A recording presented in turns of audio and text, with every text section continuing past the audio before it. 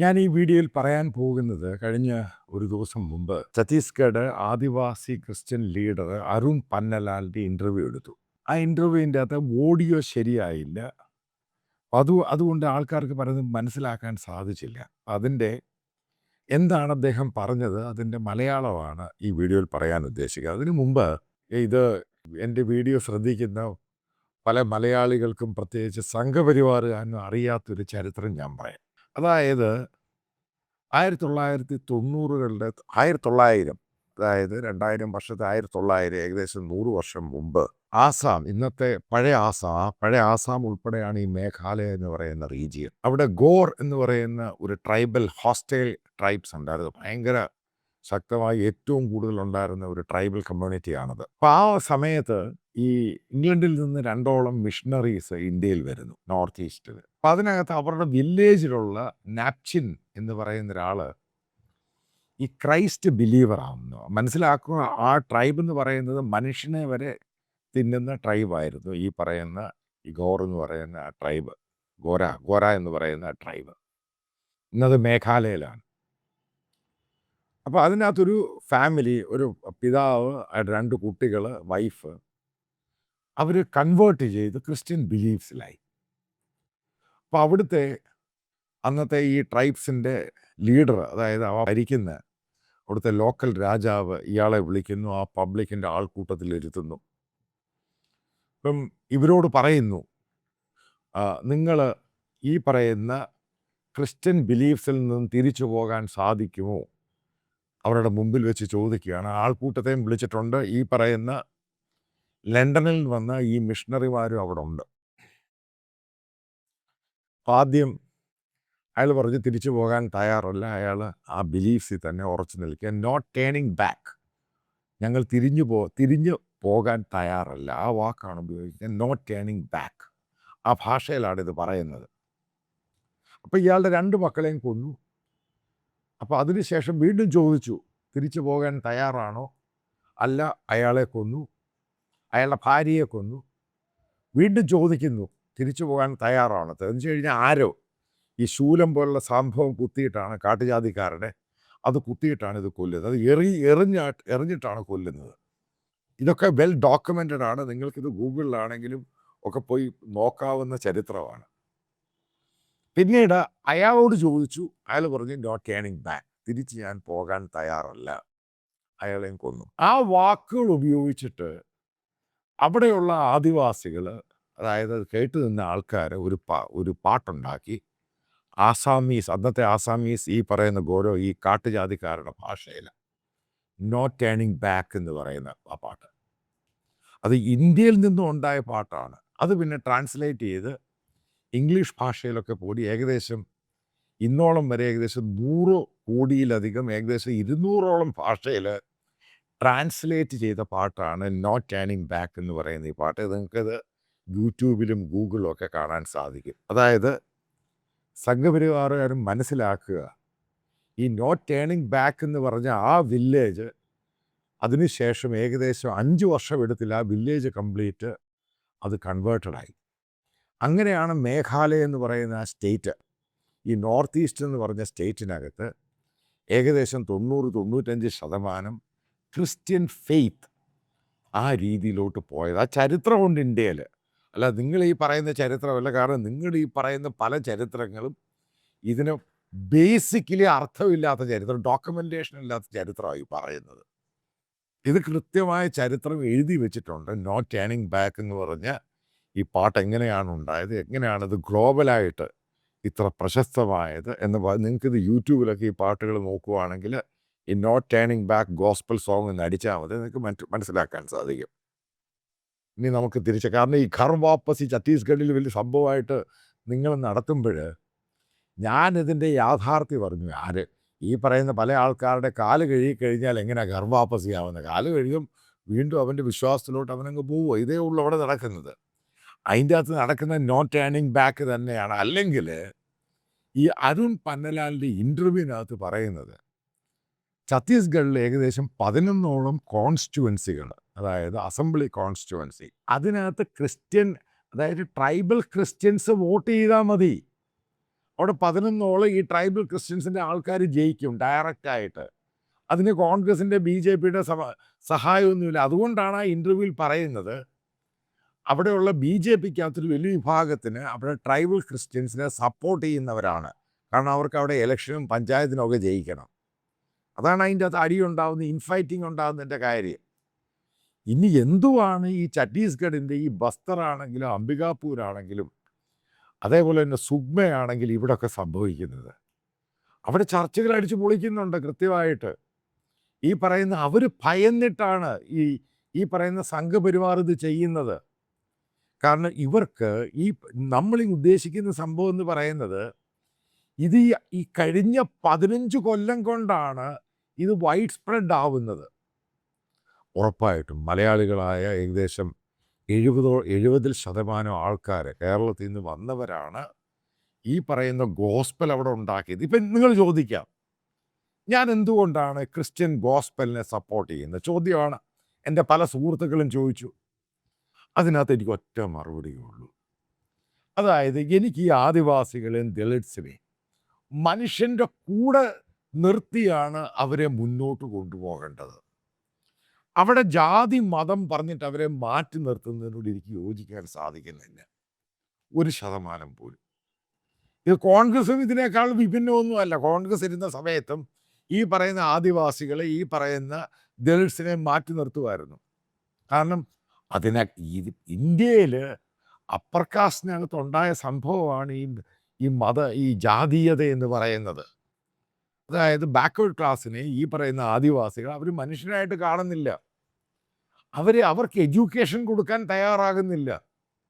അപ്പം ഗവൺമെൻറ് തയ്യാറല്ല എഡ്യൂക്കേഷൻ കൊടുക്കാൻ.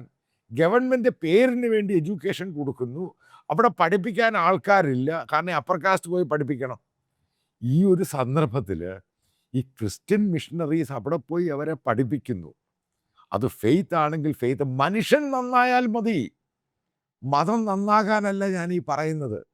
അതിപ്പോൾ ഫെയ്ത്തിൻ്റെ പേരിൽ ഫെയ്ത്തിലായിക്കോളട്ടെ, അതേ ഉള്ളൂ ഞാൻ കാണുന്നൊരു സംഭവം. അല്ലാതെ ഈ പറയുന്ന മതം മാറ്റം ഈ സംഭവത്തെ ഞാൻ അനുകൂലിക്കുന്ന ഒരാളല്ല. പക്ഷേ അവൻ രക്ഷപ്പെടാൻ, അതായത് ഇത്രയും വലിയ ഇന്ത്യയിലെ മെജോറിറ്റി ആയിട്ട് വരുന്ന ഏകദേശം 35% വരുന്ന ഇന്ത്യയുടെ ബാക്ക്വേർഡ് ഈ പറയുന്ന ആദിവാസികളും ദളിറ്റ്സ്, പിന്നെ OBC വേറെയുണ്ട്. എന്തുകൊണ്ട് അവർക്ക് എഡ്യൂക്കേഷൻ കൊടുത്ത് അവർ ലൈഫ് സ്റ്റൈലിൽ അവർക്ക് പൊളിറ്റിക്സ് സ്ഥാനം കൊടുത്തു കഴിഞ്ഞ് പേരിനൊരു പ്രസിഡന്റിനെ കൊണ്ട് എന്തൊന്നും അല്ല, അവരെ മെയിൻ സ്ട്രീമിൽ കൊണ്ടുവരണം. അവരുടെ ലൈഫ് സ്റ്റൈല് മാറ്റണം. നഗ്നനായിട്ട് ജനിക്കുന്നു, നഗ്നനായിട്ട് മരിക്കുന്നു, പട്ടിണിയിൽ മരിക്കുന്നു. എന്തുകൊണ്ട്? അവന് എഡ്യൂക്കേഷൻ കൊടുക്കാൻ പറ്റുന്നില്ല. ഗവൺമെൻറ് ഫെയിലിയറാണ്. അതുകൊണ്ടാണ് അവിടെ നക്സലിസം വന്നത്. അല്ലാതെ അവിടെ നക്സലിസം വരത്തില്ല. എന്തുകൊണ്ടാണ് റെഡ് കോറിഡോർ ഉണ്ടായത്? അതായത് അവരെ നോക്കാനും അവർക്ക് ട്രീറ്റ് ചെയ്യാനും അവരെ മുൻപന്തിയിൽ കൊണ്ടുവരാൻ ഇവിടുത്തെ പൊളിറ്റിക്കൽ പാർട്ടി തയ്യാറാവുന്നില്ല, ഭരിക്കുന്നവൻ തയ്യാറാകുന്നില്ല. അവിടെ ക്രിസ്ത്യൻ മിഷണറീസ് കാര്യമായിട്ട് ഇടപെട്ടു. അതാണ് ഈ മാറ്റം. അതുകൊണ്ടാണ് ഈ കൺവേർഷൻ നടക്കുന്നത്. നിങ്ങൾ ഈ പറയുന്ന മനുസ്മൃതിയും ഈ സനാതനമൊക്കെ മാറ്റി അങ്ങ് വെച്ചാൽ മതി. സംഭവം വളരെ കൃത്യമാണ്. അവരെ മനുഷ്യനായിട്ടങ്ങ് എടുക്കുക. ഈ കാര്യത്തിന് വളരെ പോസിറ്റീവായിട്ട് റിസൾട്ട് കിട്ടും. അതിന് നിങ്ങൾ തയ്യാറാകുന്നില്ല എങ്കിൽ ഈ ക്രിസ്ത്യൻ മിഷണറീസ് അവിടെ പെനട്രേറ്റ് ചെയ്യും. അതായത് നമ്മൾ ഈ ഛത്തീസ്ഗഡിൽ അടിയും പിടിയും ഒക്കെ ഉണ്ടാകുന്നു. ഈ സംഘപരിവാർ ശരിക്കും ഭയന്നിട്ടാണ് ഇത് ചെയ്യുന്നത്. പഴയ പോലെ അവർക്ക് ഫ്രീ ആയിട്ട് ഇവരെ ജോലിക്ക് കിട്ടുന്നില്ല. അവർ കൂലി ചോദിക്കാൻ തുടങ്ങി. അവൻ എഡ്യൂക്കേറ്റഡ് ആകാൻ തുടങ്ങി. കഴിഞ്ഞിടയ്ക്ക് ഡൽഹിയിൽ വലിയൊരു റാലി നടന്നു. അത് അമിത്ഷായാണ് ഉദ്ഘാടനം ചെയ്തത്. അതായത് ഈ ആദിവാസികളുടെ BJPയിൽ ഒരു ഗ്രൂപ്പാണ് അത് വലിയ സംഭവമാക്കിയത്. റെഡ് ഫോർട്ടിലാണ് റാലി നടന്നത്. എന്താ അവരുടെ ഡിമാൻഡ്? ക്രൈസ്തവരായിട്ട് കൺവേർട്ട് ചെയ്ത ആദിവാസികളെ ഡീലിസ്റ്റ് ചെയ്യണം. കാരണം ആ സംഭവങ്ങളെല്ലാം മാറ്റണം. നടക്കുന്ന കാര്യമാണ് ഇതൊക്കെ. ഈ പറയുന്ന മണിപ്പൂർ നിങ്ങൾക്ക് ഓർമ്മയുണ്ട്, ഒരു ജഡ്ജ് പറഞ്ഞതേ ഉള്ളൂ, ഇന്നും മണിപ്പൂർ ശാന്തമല്ല. നടക്കത്തില്ല ഈ സംഭവം. ഇന്ത്യയിൽ ഇവരെ ഡീലിസ്റ്റ് ചെയ്ത് കഴിഞ്ഞാൽ, ഇവരെ മാറ്റി നിർത്തി കഴിഞ്ഞാൽ കൺവേർട്ടായി. കാരണം ഇന്ത്യൻ കോൺസ്റ്റിറ്റ്യൂഷൻ മുഴുവനും മാറ്റി എഴുതണം ഈ സംഭവം. കാരണം ആദിവാസികൾക്കത് കൊടുക്കുന്നുണ്ട്. പക്ഷേ ദളിറ്റ്സിന് അതില്ല. എന്നിട്ടും ദളിറ്റ്സ് കൺവേർട്ട് ചെയ്യുന്നില്ല. ഇഷ്ടംപോലെ കൺവേർട്ട് ചെയ്യുന്നുണ്ട്. ഒറീസയിൽ പോയാൽ കാണാൻ സാധിക്കും. കഴിഞ്ഞിടയ്ക്ക് എൻ്റെ ഒരു സുഹൃത്ത് ഒറീസയിൽ വലിയ രീതിയിൽ ആൾക്കാർ ബാപ്റ്റിസം എടുക്കുന്നതിൻ്റെ ഹ്യൂജ് ഒരു വീഡിയോ അയച്ചു തന്നു. ഞാൻ ഇട്ട് തരാം. വേറൊരു വീഡിയോയ്ക്കകത്ത്. ഒരു കാര്യം ഞാൻ പറയാം. ഈ പന്നലാൽ പറയുന്നവർ പൊളിറ്റിക്കലി സ്ട്രെങ്തൻ ചെയ്യാൻ വേണ്ടി അവിടെയുള്ള പല പല ചർച്ചകളുണ്ട്. അവർ ഒരുമിച്ച് നിൽക്കണം. കാരണം ഇവിടെ പന്നലാൽ ചെയ്യുന്നൊരു വലിയൊരു സോഷ്യൽ വർക്കുണ്ട്. നിങ്ങൾ കാണാം, ആശുപത്രിയിൽ അടിച്ചവരെ കൊണ്ടിടുന്നു, ചെയ്യുന്നു. അപ്പം അവിടെ ചെറിയ ആൾക്കാരുള്ളിടത്താണ് ഇവർ കയറി ആക്രമിക്കുന്നത്. അപ്പം മറ്റുള്ള പല ചർച്ചകളിലൊക്കെ പോയി കഴിഞ്ഞാൽ ആൾക്കാരുള്ളിടത്ത് അവർ ഈ പറയുന്ന മുളവടിയായിട്ടായിരിക്കുന്ന ഈ വന്നവരെ ചർച്ചിൻ്റെ വാതിലൊക്കെ അടിച്ചിട്ട് ഇവരെ അങ്ങ് പെരുമാറും. മനസ്സിലാക്കുക, ഛത്തീസ്ഗഡിൻ്റെ പല ഭാഗത്തും 5000 6000 ഒക്കെ ആൾക്കാർ പോകുന്ന ചർച്ചകളുണ്ട്. പല മലയാളികളും നയിക്കുന്ന ചർച്ചകളുണ്ട്. അതായത് ഈ ഛത്തീസ്ഗഡ് കുറച്ചും കൂടെ കഴിയുമ്പോൾ അവിടെ വലിയൊരു ശതമാനം ആദിവാസികൾ ഈ പറയുന്ന കൺവേർട്ട് ആകും. 100% ആണ്. ഇതേപോലെ BJPക്ക് അവിടെ ജയിക്കാനും കോൺഗ്രസിനും ജയിക്കാൻ പറ്റത്തില്ല. എന്തുകൊണ്ടാണ് അവിടെ ആദിവാസികൾ, അവിടെ ക്രിസ്ത്യൻ ലീഡേഴ്സ് കോൺഗ്രസിനെ എതിർക്കുന്നതിൻ്റെ കാര്യം എന്താ? റീസൺ ഉണ്ട്. കോൺഗ്രസ് ആണ് അവിടെ ആദ്യമായിട്ട് ഈ ആൻറ്റി കൺവേർഷൻ ബില്ല് കൊണ്ടുവന്നത്. ഇന്ന് വരെ ഛത്തീസ്ഗഡ് കാണാത്ത രീതിയിലാണ് അവിടെയുള്ള ക്രിസ്ത്യൻ കമ്മ്യൂണിറ്റി അവിടെ സമരവും പ്രതിഷേധവും നടക്കുന്നത്. അവിടുത്തെ മുഖ്യമന്ത്രിയുടെ കോൺസ്റ്റിറ്റ്യുവൻസി നടക്കുന്നത്. എന്തിന്? ഈ പുതിയ ബില്ല് കൊണ്ടുവന്ന് ഫോഴ്സ് കൺവേർഷൻ എന്ന് പറഞ്ഞ് ആൾക്കാരെ അറസ്റ്റ് ചെയ്യുന്നു, അടിക്കുന്നു. ഇന്ന് പഴയ പോലെ അടിയും പിടിയൊന്നും ഇപ്പം കാണാറില്ല. അത് ഭയങ്കരമായിട്ടാണ് കുറെ തിരിച്ചു അടിക്കാൻ തുടങ്ങി. പോലീസ് സ്റ്റേഷനിൽ മാർച്ച് ചെയ്യാൻ തുടങ്ങി. അവിടെ നിന്ന് വർഷപ്പ് ചെയ്യാൻ തുടങ്ങി. ഇതൊക്കെയാണ് അരുൺ പന്നലാൽ പറയുന്നത്. പൊളിറ്റിക്കലി ഈ പറയുന്ന ആദിവാസി ക്രൈസ്തവരും ദളിറ്റ്സും ഒന്നിച്ചു കഴിഞ്ഞാൽ അവിടെ BJPയുടെ പടം പോലും കാണത്തില്ല. കാരണം ഒന്നാമത് നിങ്ങൾ മനസ്സിലാക്കണം, അവർ കാടിനോടും ആനിമൽസിനോടൊക്കെ മല്ലിട്ട് വരുന്നവരാണ് ഈ ആദിവാസികൾ. അവരുടെ സ്ത്രീകളും ഇവർ പുരുഷന്മാരൊക്കെ അവർക്ക് എന്ത് ചെയ്യണമെന്നറിയാം. ആനിമലിനോട് അടിക്കുന്നവന് മനുഷ്യനെ അടിക്കാൻ പറ്റത്തില്ലേ? ഉറപ്പായിട്ടും പറ്റും. അപ്പം ആ രീതിയിലുള്ളൊരു വലിയ മാറ്റമാണ് ഛത്തീസ്ഗഡിൽ സംഭവിക്കുന്നത്. മനസ്സിലാക്കുക, ഛത്തീസ്ഗഡിൽ സംഭവിച്ചു കഴിഞ്ഞാൽ ഇന്ത്യയിലെ എല്ലായിടത്തും ഇത് സംഭവിക്കും. കാരണം ഛത്തീസ്ഗഡ് ട്രൈബൽസാണ് ഏറ്റവും ബാക്ക്വേർഡായിട്ടുള്ളത്, ഏറ്റവും പുറകിൽ പോയേക്കുന്നത്. കാരണം അവന് എഡ്യൂക്കേഷൻ കിട്ടാൻ തുടങ്ങി, അവന് ഹെൽത്ത് കിട്ടാൻ തുടങ്ങി, അവൻ്റെ ലൈഫ് സ്റ്റൈല് മാറി, അവന് ഗവൺമെൻറ്റിൽ കാരണം പഠനം കിട്ടിക്കഴിഞ്ഞപ്പോൾ അവന് റിസർവേഷന് ജോലി കിട്ടാൻ തുടങ്ങി, അവൻ അവിടുത്തെ കീ പോസ്റ്റിൽ വരാൻ തുടങ്ങി. ഈ മാറ്റം ഛത്തീസ്ഗഡിൽ ഭയങ്കര വിസിബിളാണ്. അതാണ് BJPക്ക് ഏറ്റവും കൂടുതൽ പേടി. അവരെ പഞ്ചായത്ത് ബഹിഷ്കരിക്കുന്നു, വെള്ളമെടുക്കാൻ വേണ്ടി പറ്റത്തില്ല. ഇതെല്ലാവരും അവർ റെസിസ്റ്റ് ചെയ്യാൻ തുടങ്ങി. നേരത്തെ ഇതേപോലെ റെസിസ്റ്റൻസ് ഇല്ലായിരുന്നു.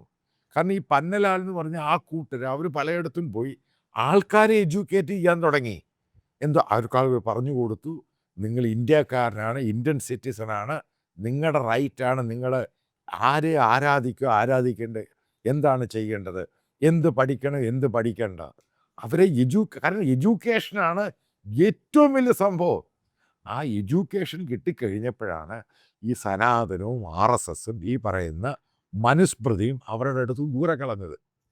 അതേപോലെ തന്നെ നിങ്ങൾ മനസ്സിലാക്കുക, ഈ പറയുന്ന ആദിവാസികളുടെ ദൈവം സൂര്യനും ചന്ദ്രനും കാടും മേടും ഒക്കെയാണ്. അപ്പം അവിടെയാണ് ഇവർ ക്രൈസ്റ്റും ബൈബിളുമായിട്ട് അങ്ങോട്ട് അവതരിക്കുന്നത്. നാച്ചുറലി മാറ്റം ഉണ്ടാകും. ആ മാറ്റത്തെ എങ്ങനെയാണ് BJPയും അവിടുത്തെ ഹിന്ദുവും VHPയും കൗണ്ടർ ചെയ്യുന്നത്? അതിനെ അനുബന്ധിച്ചാണ് കാര്യങ്ങൾ മുന്നോട്ട്. അതിനെ കൗണ്ടർ ചെയ്യാൻ പറ്റുമോ? ഏത് രീതിയിലാണ് നിങ്ങൾ ഘർവാപ്പസ് കൊണ്ടുവരാൻ ഉദ്ദേശിക്കുന്നത്? ഇതൊക്കെയാണ് ചോദ്യങ്ങൾ. മനസ്സിലാക്കുക, നിങ്ങൾക്ക് ഒരു കാരണവശാലും ഐഡിയോളജിക്കൽ ബേസിൽ യഥാർത്ഥ ഗ്രൗണ്ട് റിയാലിറ്റിയിൽ ഈ പറയുന്ന ക്രിസ്ത്യൻ മിഷൻസിനെ നിങ്ങൾക്ക് അതിനെ ഖണ്ഡിക്കാൻ പറ്റുന്നില്ല. അതാണ് യാഥാർത്ഥ്യം. അതിനെ നിങ്ങൾ ജാതീയതയാണ്, അതാണ്, ഇതാണ് എന്ന് പറഞ്ഞു കഴിഞ്ഞാൽ ഒരു എഡ്യൂക്കേറ്റഡ് ആയിട്ടുള്ള ആദിവാസി അതെങ്ങനെ സമ്മതിക്കും? കാരണം വിദ്യാഭ്യാസമുള്ള ആദിവാസി ഡിജിറ്റൽ തലമുറയെ ജീവിക്കുന്നവരെങ്ങനെ സമ്മതിക്കും? അതായത് അറിവ് കിട്ടിക്കഴിഞ്ഞാൽ അതൊരു വലിയ സംഭവമാണ്. അറിവെന്ന് പറയുന്ന മാറ്റി എഴുതും. അറിവ് തന്നെയാണ് ഛത്തീസ്ഗഡിനെ മാറ്റിയേക്കുന്നത്. അത് തന്നെയാണ് അവിടുത്തെ ആദിവാസികളുടെ ട്രംപ് എന്ന് പറയുന്ന അറിവാണ്. ട്രംപ് കാർഡ്, ഗുലാൻ എന്ന് പറയുന്നത്. അത് വെച്ചാണ് അവിടുത്തെ BJPയെയും RSSനെയും ഈ പറയുന്ന മനുസ്മൃതിയെയും സനാതനിയെ എതിർക്കുന്നത്. അതിനെ തിരിച്ചെത്രമാത്രം കൗണ്ടർ ചെയ്യാൻ സാധിക്കും? ഇതിനെ ബേസ് ചെയ്ത കാര്യങ്ങൾ പോകത്തുള്ളൂ. അല്ല പറയാൻ പോകുന്നത് വളരെ നാളുകളൊന്നും എടുക്കുക, കുറച്ച് സമയം എടുക്കത്തുള്ളൂ. അവിടെ BJPയുടെ അട്ടപടലം തോറ്റുപോകും. ആ രീതിയിലാണ് അവിടുത്തെ ആദിവാസികൾ എഡ്യൂക്കേറ്റഡായിട്ട് സ്ട്രീറ്റിലോട്ട് ഇറങ്ങുകയാണ്. അതിനെ തടുക്കാൻ ഒരു കാരണവശാലും ഈ പറയുന്ന RSSനും ഈ പറയുന്ന അനാഥനും മനുസ്മൃതിക്കൊന്നും കഴിയത്തില്ല എന്നുള്ള കാര്യം ഞാൻ ഉറപ്പിച്ച് പറയും.